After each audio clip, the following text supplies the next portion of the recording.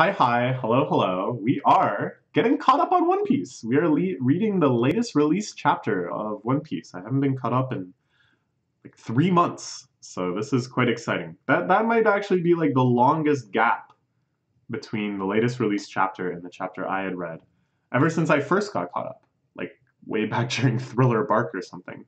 So it's been a weird feeling for me, knowing that millions of people out there know things that have happened in One Piece that I didn't. But we're making good for that. We're taking care of that right now. Of course, there's another chapter like coming out in a few days, but I'll get to that one much quicker. No more 3 month gaps. Here we see a truly inexplicable cover page. Again, some collaboration with some musical group or I don't know, some other artist. It looks like in the back they've drawn all of the One Piece characters in their style. The person who makes this Hungry Days, no idea what that is. Oh, wait, I think I do know what that is. There was a series of ramen commercials, I think, for a brand of ramen or a brand of convenience store or something. They made these animated shorts showing the One Piece characters in like a normal everyday school setting. I think these are those designs. I think it's that. I think it's like that crossover or something. But those came out a while ago, I thought. So I don't know why this is just happening now. But whatever, it doesn't matter. It's a little confusing, but that's what it is. I like that there's the X on the wrist in the logo. It looks like this logo was drawn by the other artist, this other character designer, who did the designs for the commercial. Just because I can tell it's not Oda's. I think I can tell when it's not Oda. That drew the lettering and stuff and drew this these interlocked arms, the Gomu Gomu arms. So they put the X on because, of course, that's a very iconic moment in One Piece. It makes everybody cry, saying goodbye to Vivi. But also, I think it's because they're like, the clone fruit is still effing people up. Should have figured out the X. Why couldn't Odin figure out the X? Okay. So this one is that famous line that we knew Odin had said. Chapter 972, I am Odin, and I was born to boil. I can't just reveal all this stuff right now. It's too much for my emotions to process. I'll say. Like, I had already figured out that it was basically something like that. Like in terms of the overall effects, I understood that that's what was happening. The details and the fact that he thought it was just for a limited time and stuff, I didn't realize. But yeah, imagine not having figured that out. Imagine being within the story and not knowing all these details. That's way too much to handle. Truth will only cause confusion, Shinobu. All they need to know is that the fool of the Lord who defy the Shogun will die. Execution will eventually finish, and that will be the lasting message. I'm sure you knew that speaking about come at a great cost. Decided to join my fate to theirs, life or death. I am Lord Odin's vassal. I will not follow you. If anything should happen to them, then I will die along with Kozuki. But it won't come to that. We'll all survive this and strike you down. I hope they get a nice battle. Like, we got the start of one during the Koromurosaki arc, during the adventure in the palace. But it would be nice to see like Nami team up with Shinobu and fight the entire ninja squad or something. That would be super badass. Oh, but of course, they've used this tactic before. That as soon as the crowd sees too much, knows too much, starts getting a little too rowdy, the poison arrows start flying in and mask the true fate of what happens. The crowd instantly understood the threat a madman bent on revenge posed to them. They realized the man undergoing the extended execution they'd been watching was in fact the one shining hope for Ueno. Oh man, he's still in there. It's probably only been like 20 minutes. People suddenly noticed they were surrounded by Kaido and Orochi's men, bristling with weapons. The reason for Odin's 5-year stretch of good behavior spread through the crowd like wildfire. See, I like that they pointed that out. Because so many times in One Piece and in Shonen series in general, there's like one person talking, okay? Maybe they're talking loud, maybe they're talking really loud, but still. How could they possibly get the attention and get their message fully across to like a ton of people ranging to like a huge distance away? Like it just doesn't make sense. It's just totally unfeasible. And I mean, I know that it's just like a plot convenience to have these characters be able to communicate whenever they need to communicate. So I never really call it out.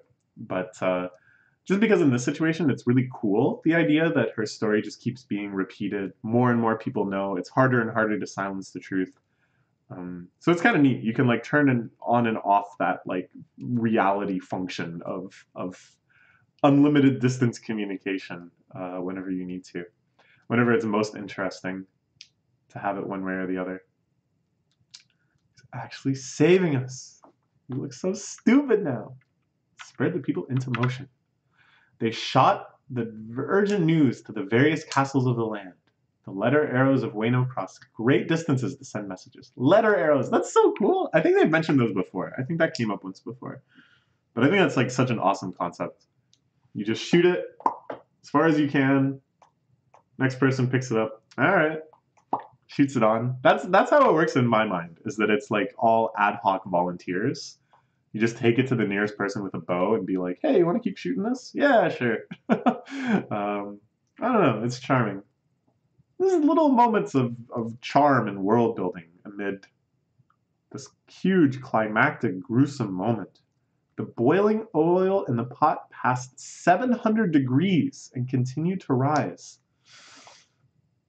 Survive this torment. We're sorry for insulting you. We were ignorant. Thank you for... see, this is what I want. This is what I was hoping for. The crowd rallying behind him. Thank you all. I will persevere. Oh, it's great. That's Odin, right? Like, all the sacrifice, but then in the end, such genuine appreciation that they understand now. Listen to me. If I manage to survive this boiling, I would like to open up this country. Said before, my lord. The Kozuki clan had something to do with our closed policy. Did you learn it there on the Great Wide Sea? Long, long ago, the ones responsible for closing this nation to the rest of the world were the Kozuki clan. To protect Wayno from a great external power. This must be the world government, the celestial dragons, who have 100 countries or more in their ranks. The Kozuki clan in ancient times realized that they would be slaves to them, that they would always have this power hanging over their head. But I don't really understand, like, how is it that they were just like, no, we don't want to, and the world government was just okay with that?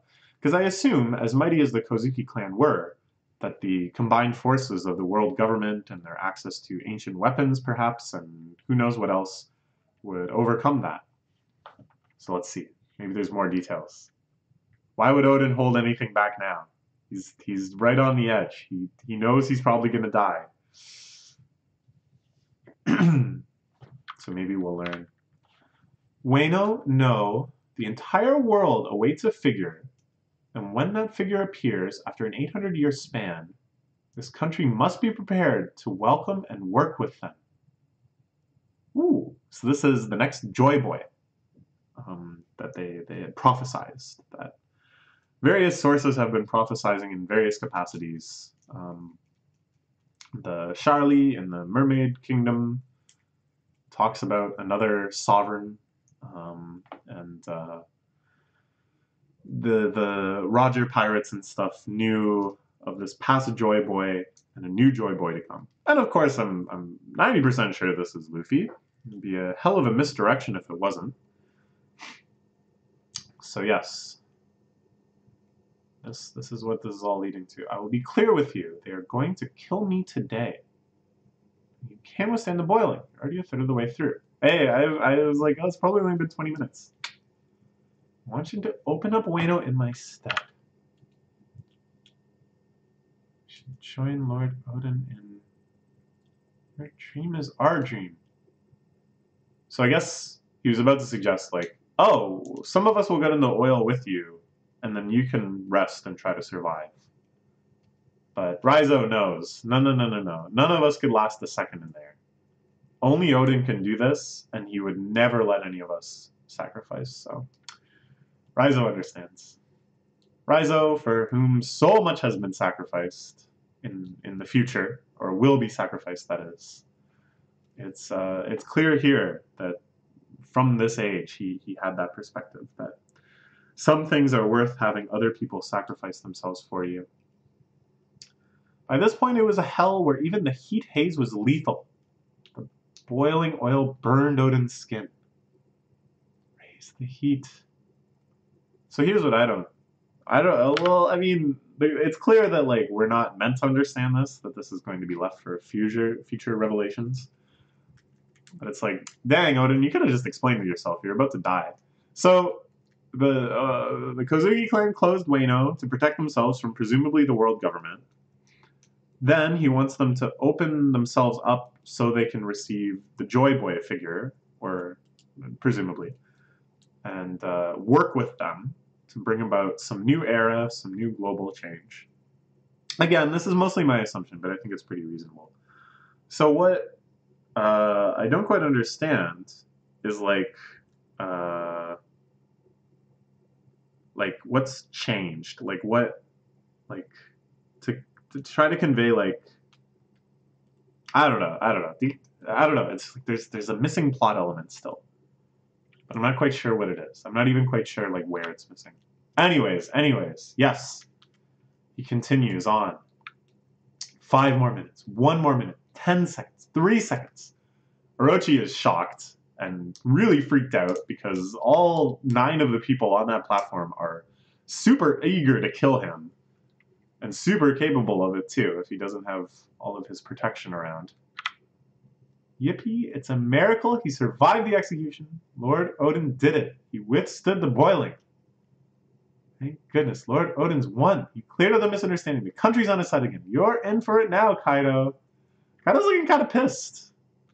I don't know how he feels about all this. A rare shot of his eyes, unobscured. Uh-oh. So the dog and cat, of course, at each other's throats. Oh, I changed my mind. I altered the sentence to death by firing squad 1 minute ago. The entire clan gets put to death too. The citizenry trying to stop the executioners, but of course just getting shot. Shutamaru pissed off, of course. But Odin still crying out, open the borders! Open Wano's borders! Throws them up in the air. See, okay, this is what I don't get. I realized it. Sorry, this is the wrong time to go on to a lore speculation tangent.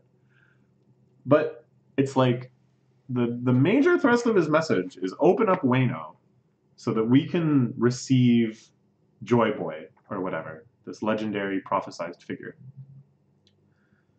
But we know that Luffy just shows up anyways, even though Wano is not open. But you know, that wouldn't have happened had he not relayed this message. That's true. Okay, so now I understand more. What I was about to say is that, like, doesn't it feel kind of anticlimactic to have Odin's dying message open up Wano's borders, to kind of be, like, irrelevant, because Luffy got there even without the borders being opened? But really, it was because he said this that the samurai set out with Momonosuke, and met up with Luffy in the first place. And it's because of that they were willing to trust them and on Zoe and stuff. So really, this message does lead to Luffy going to Wano. Like, it wouldn't have happened had he not given these instructions. So, okay, it makes sense. Even though they didn't accomplish it, it was in trying to accomplish it that they ended up bringing about the change that Odin wanted. So they run off to Kuri. They're going to hide out in the castle. Don't turn back. They're thinking all the way back to when he was just a street punk. And he met Odin. Odin fighting the giant boar. Feels like so long ago. That was the same flashback. But that's probably like a volume or so ago, I guess. Shoot them all. After them, wipe out the name of Kozuki. Either way, your body is already dead. Do you kindness and put you out of your misery. Now the age of Kazuki is over for good. You'll all die. You'll all die. It's kind of weird to see Kaido holding a gun. That must be like a huge gun. It's like actually 2 little cannons inside of this. But whatever. Don't make the mistake of underestimating our samurai.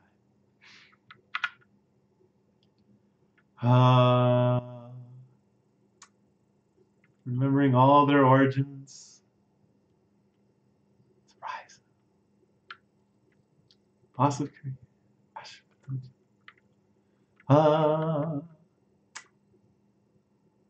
Jeez. They really did a good job, I think, making them feel like a crew. Making them have the same energy as the Straw Hats. All these different origins, bringing them together, following him as long as they did. When the Kappa and the dog and cat were found on the beach, tied up by the mob, unsure what they are. Feel of the alien. Your fear of the alien exposes your own ignorance.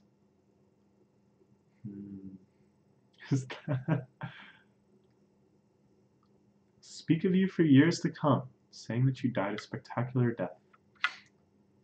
Forget me for all I care. My soul will live on. Sorry about what happened with the old hag. I had her killed. Oh! Whoa! Okay. So I guess Kaido was so ashamed that he lost the duel with, or Odin lost the duel with him because of that trick, that he thought he saw his son. Kaido felt that was too underhanded, I suppose, and just killed her. But that raises a really interesting question. Is Mr. Two Bond Clay on Wano right now? And was the direct inheritor of the Devil Fruit? Or was there like another clone fruit user in between those two? I guess it doesn't really matter. Probably won't ever be explained. Maybe in like an SBS question or something we'll find out. But at any rate, how upright of you. Build your strength while you can. For I am a story to accompany your drinks. I am Odin, and I was born... He doesn't even get to finish his famous line. The line that was quoted as the title of the chapter. Oh man. Toki Momonosuke Hiyori shall be the first to leave. The audience, what are they doing? They all shouted out to boil.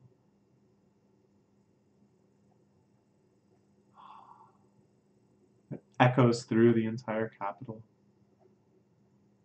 The snap of the biwa strings, tears of the crowd, and the silence of the cherry blossoms fluttering through this bright blue sky. And so ended one legend, to be carried on by the players of the next stage. Toki, I have reached my limit. If I fail to defeat him, there will be no others who can stop Kaido for a long time. Over 20 years ahead of us, there will likely be a massive war, terrible enough to split the seas themselves. In other words, in another 20 years, the primary figures of this great war will muscle their way into the new world. They are the ones who can strike down Kaido. Wow, very prophetic. I'm not sure if that's because Odin just knows the times, that through all his time with Roger, learning the power dynamics of the seas, he foresees this. If this is something prophesized in the poneglyphs that they found, not just a history of the world, but a history of the world's cycles. But it's very cognizant, because that's the Straw Hats. Oh, and the kids, worn out from crying on Momonosuke's case, and Koyori naively, hopefully, making all these paper balloons. A long winter will settle over Wano. I want you to use your power, Toki. If I should die, From prison. I'm surprised they let him do that. He gives the swords. That's a death sentence. Who said you were going to die? Laughing stock of anyone saw me crying. You're not your weakness. Look ahead, Odin, to 20 years in the future. Okay. Story hurtles towards the present day. So I think there's not much more left to cover. The way this is, oh, look at this panel where she rips up the paper and the panel itself is getting ripped up. And then the way that the scraps of the paper kind of flutter through the whole page. You know, Oda, most of the time he's pretty traditional when it comes to paneling. Robust but traditional. It's very, very rare that he does something like this. And when he does, it's always pretty powerful.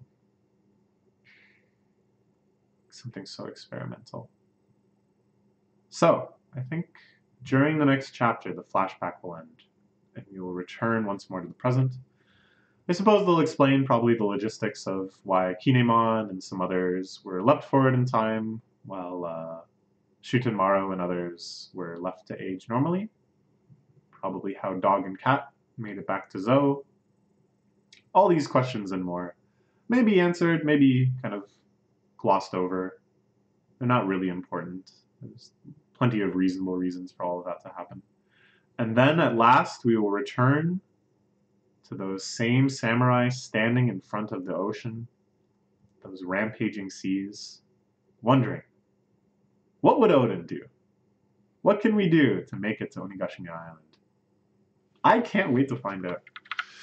Jeez, these are some pretty nuts chapters. Very, very exciting time to get caught up.